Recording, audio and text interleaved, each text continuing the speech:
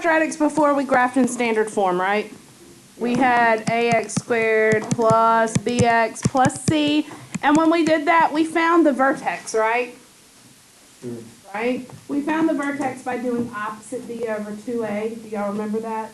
Then we plugged it. Yes or no? Y'all do or don't? Is that where you had like 9 Oh, I remember. and 6, like 6x plus 9? Like you'd have like, so you like have to find like, so 3 would be the answer because 3 plus 3 is 6 and 3 times 3 is 9. Is that No, what that's you're talking factoring. about? A little bit different, okay? Graphing is whenever we found the vertex, we did opposite b over 2a, and then we plugged that in to find the other half of the vertex, remember? And then we said for the other, and that would give us the vertex. For the other point, we could use the y-intercept. This was the axis of symmetry. Y'all like number 1 on your review that I just gave you, right? Yeah, that's pretty The easy. very first thing we did in this chapter, okay? All right, so I go through all that and telling you that because just like, think back to when you learned to graph lines in Algebra 1, okay? You had slope-intercept form, right? And you could graph that way. And then you also had standard form. And you could graph a different way with standard form by the intercepts. Or you could be in point-slope form. If there is Well, no C's in the Y and U, right? yes. Well, it's the same thing with quadratics. We have different forms that we can graph in, okay? And that was standard form, but the other very common is vertex form. And it looks like this. Okay, there's not an H now. Okay. 4K. You're learning it now. So I showed you standard form. This is vertex form. And vertex form is actually easier to graph in than standard form because it gives you the vertex. The vertex in this form is HK. Your H has got an opposite sign because the original formula has a negative there. Okay? But here's the problem. I'm not going to just give you the equation in vertex form. I'm going to ask you to take a standard form equation and put it in vertex form. So that's what I need to show you. Now, just so you know, if I had this equation, what is the vertex? Yeah.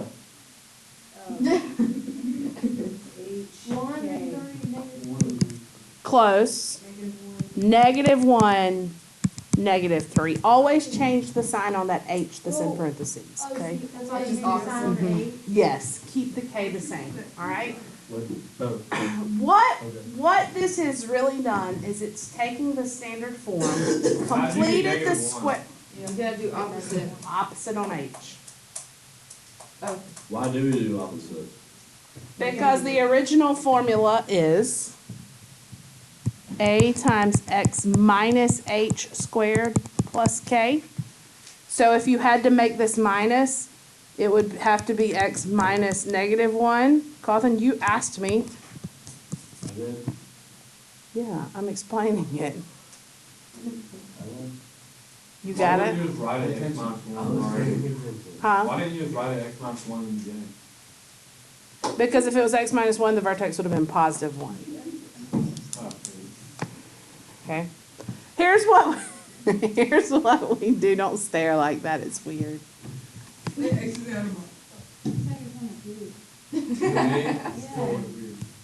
All right, here's what we're going to do. We're going to take this standard form equation. Let's say y equals, there's only 3 in it. Well, let me not use one of those. Y equals x squared plus 6x minus 5. And I said write that in vertex form. Okay? To write in vertex form, we have to complete the square and factor. So we have a bad C. So we have a bad C, but this one's going to be we're going to do this one a little bit differently, so you really, really, really have to understand how to complete the square to get this. And the reason I really stress this is Ms. Twitty focuses very, very heavily on this when you get to pre-cal, because I was helping some students, and so it's a good idea to be able to do it. It's really a good tool to have. It's a good How do you write skill that to in have. I vertex mean, form? All right, so here's what I'm gonna do. I've got this equation right now, right? Think about what vertex form looks like. A times x minus h squared plus k. All right? What is The y of the vertex, that's right. Yeah. Okay? All right, here's what I'm gonna do. Instead of moving the bad c over, I am going to keep it on the right side because that is eventually going to be my k. All right, so I'm going to do x squared plus 6x. I'm going to leave some room right here, but I'm going to leave my negative 5. I'm fixing to tell you. Tell me what value I need to put in the blank to make just this a perfect square trinomial. Ignore that 5 right now. 9. Why? It's double 3, so 6 is double 3. Okay, so I put it here, but because it's an equation, if I put it there, I also have to put it on the other side. So this is going to be a plus 9, right? Is everybody with me so far? Yeah. All right, factor the right side now. How does this factor? Yes. Squared. Still got the minus 5. It's starting to look more like this, right? Get the y by itself. What do you do?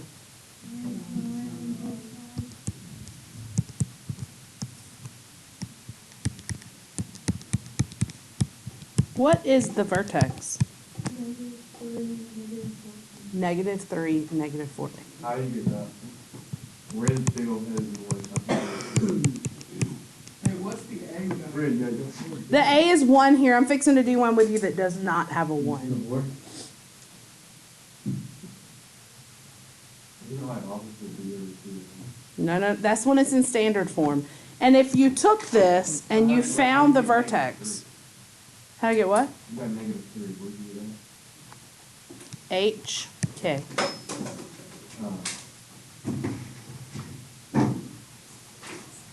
This is a little bit of a difficult concept. You really have to understand completing the square to understand this. Let me show you one more. Because it's opposite sign, because your original equation is x minus h here. All right, one more.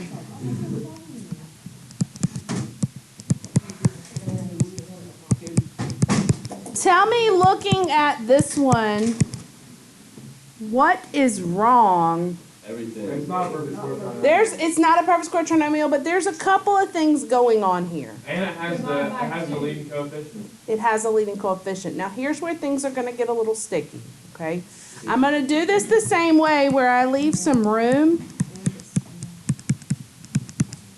for something here and this plus 17. But y'all are right, I've got that 2. I can't complete the square until that 2 is gone. Don't do it. This time, instead of dividing everybody by 2, I'm just going to take it out of those first 2 terms.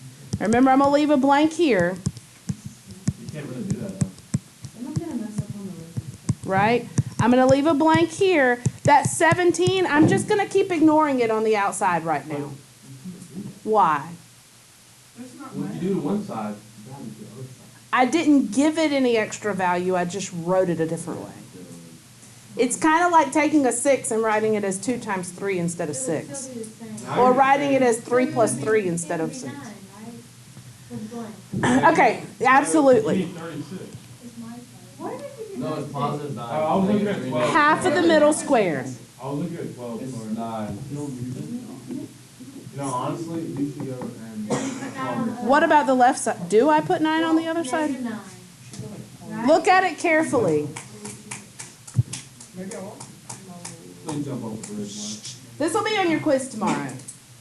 Please. Yes. The quiz we didn't have today. This is that one. One very, very simple. Wow. I'm putting 9 on this side, but it's not really 9. What value? Why? Because it's 2. I took that 2 out. Essentially, I didn't add 9 to that side. I added 18. If you have a leading coefficient, it starts to get things stickier. Okay?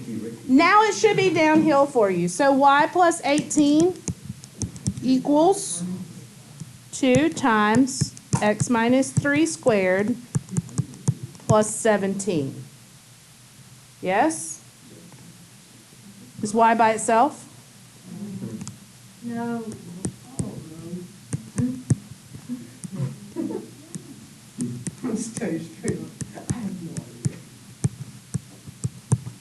What's the vertex? 3, negative 1. But what's the point? Just to put it in vertex form. This is on the study guide? It's number 2 on your study guide. It's like number 2 on your study guide. Let me do one more with you. So will it tell us? Let me do it by Yeah, let myself. us. Okay.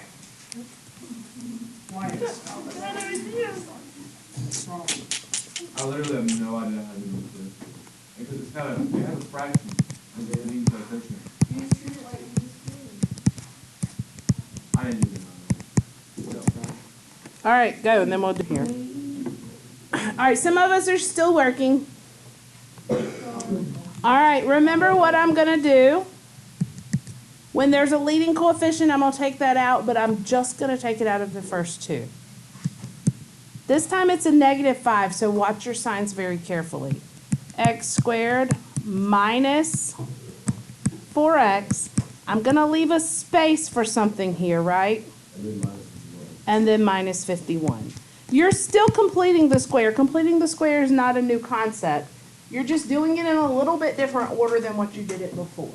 Okay? Instead of moving the bad C, I'm keeping the bad C over there. So you just like make it to where it would all like equal that again? Mm-hmm. So now, Plug in 4. what do you need to go here to 4. make it a perfect square trinomial? Everybody's saying 4. Tell them how you get it. Some people are confused on how you're getting that. I just look Because at you're it. making it, it kind of make it, perfect for trinomial. But I don't know, what's a perfect square? And then I put whenever You see how 16. negative 2, I negative 2. put down. negative All right, 4. listen. Remember when we did completing, I feel we did not quiz over it, and maybe that's why. The quiz was supposed to be today on completing the square and on quadratic formula. So we'll have it tomorrow on completing the square and quadratic formula along with this. So listen, well, you got to divide it by 2. Remember, it's b over 2 squared. When you find your good C when you complete the square, because remember that perfect square trinomial, you got to take the square roots of the ends, multiply and double to get in the middle. Wait, didn't you need to put another number on the left side? So this would be Maybe 4. negative 20 And on then the on the left other side. side, would it be 8? Negative No, 20. negative 20. Because negative 5 times 4. Okay? They're easier when there's no leading coefficient, but of course there are some leading coefficients. So if you can get it with the leading coefficients, you can get it without. How did you make it twice? Because it's 5 times 4. Negative 5 times 4. All right, so I have y minus 20 equals negative 5. X minus 2 squared. This is just factoring now. Not solving, just factoring. Yeah. Add the 20 to both sides. I get y equals negative 5. X minus 2 squared minus what? 31. What's the vertex? 2, 2, negative 31. That was bored without. Say it again? Multiply the negative 5 and. Yes, yes. If there's anything you took out in the beginning, you have to multiply those. All right, let me run you through. Yeah. So we can use the negative at the. Yes, Oh, yes. the fraction comes. When you're factoring, guys, when you're factoring, you don't want to do that. For the fraction comes inside. Yeah. What's the equation for number 2? Y equals negative 2 x squared plus 4x plus 3. No, you want to take the 1/2 out. When you take the 1/2 out and put it on the outside, so the question is number 2 on your, and I don't want to do one exactly like that, so let me show you. If I had like 1/3 x squared minus 9x plus 2, I would take the 1/3 out of just those first 2, minus 27. That way, it's okay for your A in front to be a fraction. That's just going to widen your parabola. Oh, that's gonna be on the test, isn't it? Yes. That's so long ago, like, I don't even remember. Wait, what's on the test Is it graph? I'm just gonna guess. Listen. Just because I haven't heard enough grumbling today. Your review that I gave you. Are y'all done with this Is now? that all? Is we have to finish the from review last for chapter? tomorrow? No, there's, what happened to them? The owner study. The what? Why are there no questions?